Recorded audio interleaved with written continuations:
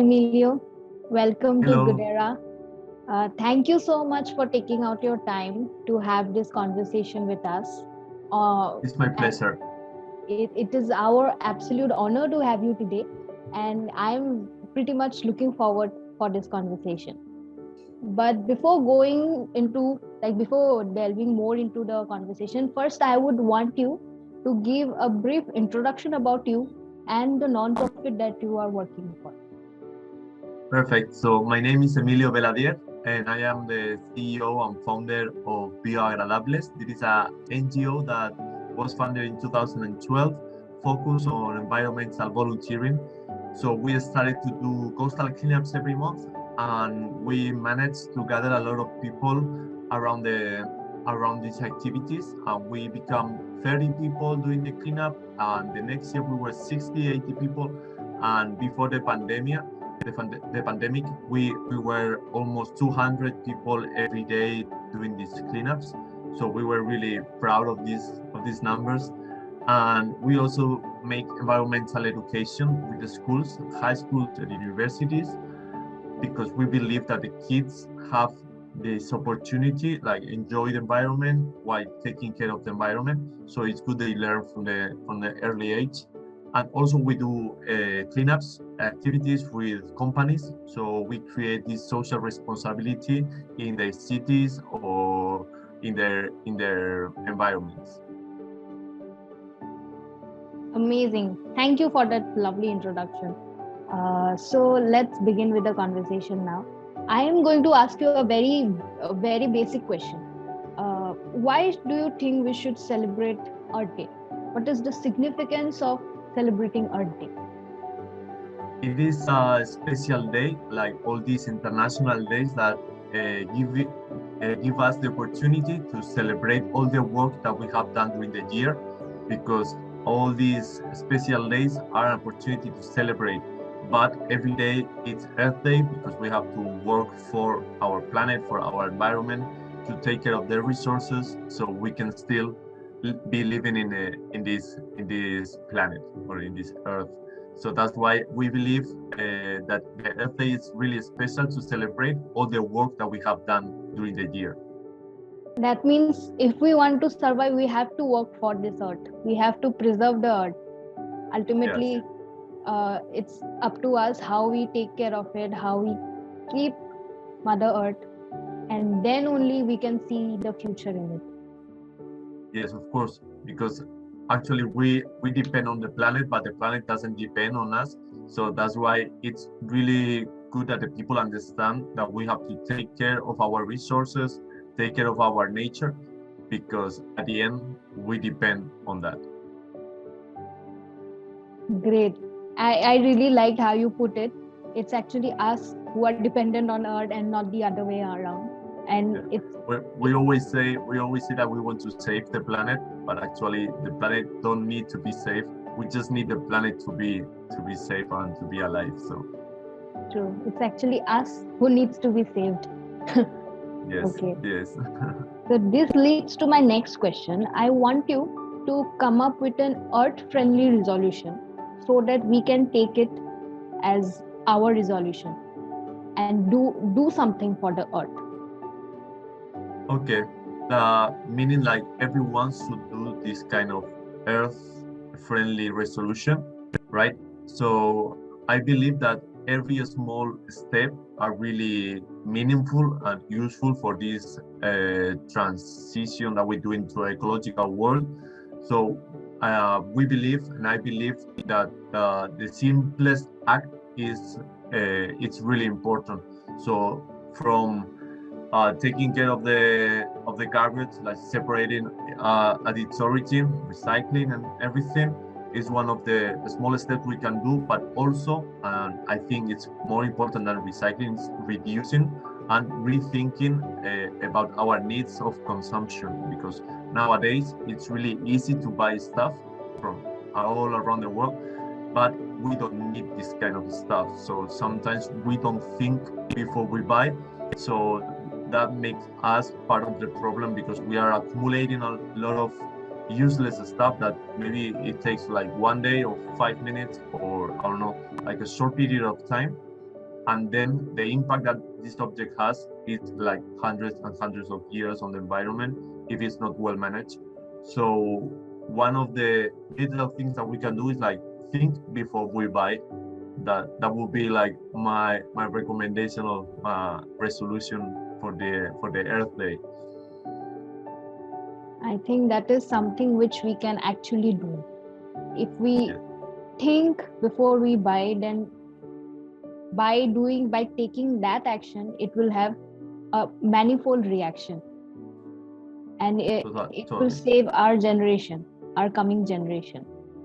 Yes, and also we will be teaching like the next generations to be like more aware of the impact of our consumption, and that would be like a huge impact on the future. Basically, it is like simple living, high thinking. Live as simple as possible, but think for the nature, think for the overall universe. The impact of the things. The impact of the things that we buy, it's really huge if you stop like to think for a minute. Our clothing, our vehicles, transport, our food. So that's all the big industries that are polluting our world. So we need to be smart and be empowered to decide what kind of world we want for the future. Great. So you earlier mentioned you do lots of cleanup sessions, and the last time that we spoke, you were in between a volunteering session. So now I would like to know, how is your nonprofit working for this cause? Like, give me an instance, like if I am a volunteer in your nonprofit, then how would be my day go? Tell me one day, in your nonprofit. Actually, we do a lot of cleanups. This week was one of them we were doing with our schools, but the thing is like one normal day in a cleanup, it's like we have this meeting point at the beach. We usually meet at 10 in the morning, and then people come to the place. We deliver the materials, the gloves, reusable gloves, and the bags for the garbage. We do a short introduction of who we are and why are we doing this today. And after 1 hour of cleanup, because we split in groups, so we can count everything that goes inside of the bag. So then we can make numbers and make infographics and stuff like that. But after that hour of cleaning, we gather all together. We always have some snacks for the volunteers, because we always think that the volunteering activities must be like a reward for the volunteers, because if not, another way, volunteers will not repeat this experience or will not talk nice about the experience, so it loses all the impact. We believe that like the small acts that we're doing during the cleanup, just as simple as picking up a plastic bottle, or as simple as the Q-tips or airbags that we find a lot, they make us rethink about the way that we consume this kind of objects in our daily basis, because we realize that the plastic bottle that you use for 5-10 minutes ends up at the beach, and it becomes like a weird plastic bottle, degrade, and it has like a bigger impact than you were expecting. So that makes you think inside of your head a little bit and restructure the priorities of your needs, basically. So you have like a nice day at the beach, doing some cleanup, meeting some cool people, because other people comes to the cleanup, they are really interested in preserving the planet and engage with this ecological movement. So it's good to know that you are not alone and you are not crazy by worrying about the planet. So it's like a social, didactic, like a learning opportunity while you are doing a good thing for the planet, like taking this garbage out of the nature and giving these objects and this garbage a new opportunity for the recycling system. Apart from cleanups, how do you engage? Like, how do you, what other activities do you have stored for the volunteer? We also do sampling sessions. We go to the beach and take samples of the trash. We are doing like a map with an app. We are doing like a map of the trash in the beach that we are working on. And also we have like these talks, we go to events like ecological events, vegan festivals. We go to different forums, different places and events that are related to the environment, so we can spread the word of our activities. But we focus mainly on the coastal cleanups because we have realized that it's an opportunity, it's a tool of awareness, and we are really successful in this area. So we don't want to spread, we just want to be like sustainable and focus on one thing that we are good on, and then collaborate with another NGOs if we want to do a river cleanup or a mountain cleanup. We like to be like experts on our area and share our expertise with different NGOs that want to do cleanups in different areas or different environments. So I think that the engagement also comes from social media because we have a big community, and we also do interviews and we generate content with experts on marine biology or oceanography, stuff like that, so the people understand the content, the problems, and the alternative solutions that we can take to preserve the ocean and also the earth, because they are like really linked. Absolutely amazing. I am very much excited by knowing what are the different kinds of work that you guys are doing, and it makes me feel very like I also want to be a part of this process. So my next question would be, like, if some people like me, if they want to get connected with you and work for your cause, how can they do that authentically? Like now it's the age of virtual volunteering. You have just mentioned some of the opportunities where people can physically go and do some things, but what about the virtual volunteers? Like if I am sitting here in India and I want to do something for your cause, then how can I do that? What are the helps that you guys need in terms of virtual volunteering? Perfect. Well, I guess that the need of our NGO virtual level, it's always the content generation, because we are a small NGO. Besides, we have like a lot of collaborators, and it looks on the Instagram, it looks like we are doing like a big NGO, but actually we are only 2 people behind the scenes, and we try to work as much as we can, but time is limited and our abilities are limited. So we are always finding difficulties to create all the content, to create content for the media, for public media or printed media, such and virtual media. So we don't have enough hands or enough time to create like a press note. I don't know if that's correct, like the description of the event or the results of the project. We are creating a lot of things, but we don't have time to communicate that outside of our NGO. So sometimes it's a little depressing because you are working so hard to get these results, but you don't have time to publish the results. So that's one of the things that we will need the help for virtual volunteers. And also we also organize webinars, ocean webinars.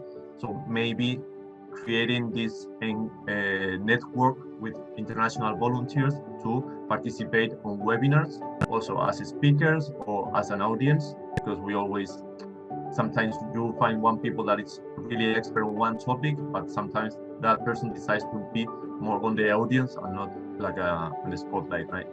And probably the graphic designing will be another opportunity, because we have like this visual of the photos that we take for the trash and of the cleanups, but sometimes we don't have enough time to convert that photos into I don't know, maybe an article to publish it on some magazines, or we don't have time to put all the numbers into infographics to show all the results of the year, of the month.